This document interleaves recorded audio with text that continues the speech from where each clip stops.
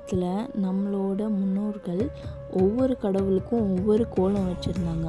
அப்படி இந்த நவகிரகங்களில் முதன்மையான கடவுளாக இருக்க சூரிய பகவானுக்கு என்ன கோலம் போட்டால் நம்மளுக்கு சூரியனோட அருள் வரும் அப்படிங்கிறத இன்றைக்கி வீடியோவில் நம்ம பார்க்கலாம். சூரியனோட கோலம்ங்கிறது இதுதான். இதை எப்படி போடலாம் அப்படின்னு நம்ம பார்க்கலாம். முதல்ல ஒரு முக்கோணம் வரைஞ்சிக்கணும். அதுக்கப்புறம் அதோட எண்டில் 3 திரிசூலும் வரையணும். அதுக்கப்புறம் நம்ம இப்போ விளக்கு வரையணும். 3 இடத்துல 3 விளக்கு நம்ம இப்போ வரைஞ்சிடணும். இப்போ நம்ம உள்ள மஞ்சள் நிறத்தையும் விளக்குக்கு சிவப்பு நிறத்தையும் கொடுக்குறோம். மஞ்சள் நிறம் சூரியனுக்கு உகந்த நிறம், சிவப்பு நிறம் சூரியனோட கதிர்களை விளக்காக நம்ம இங்கே காட்டுறோம். கோலத்துக்கு நடுவில் ஹ்ரீம் என்ற மந்திரத்தை நம்ம எழுதணும்.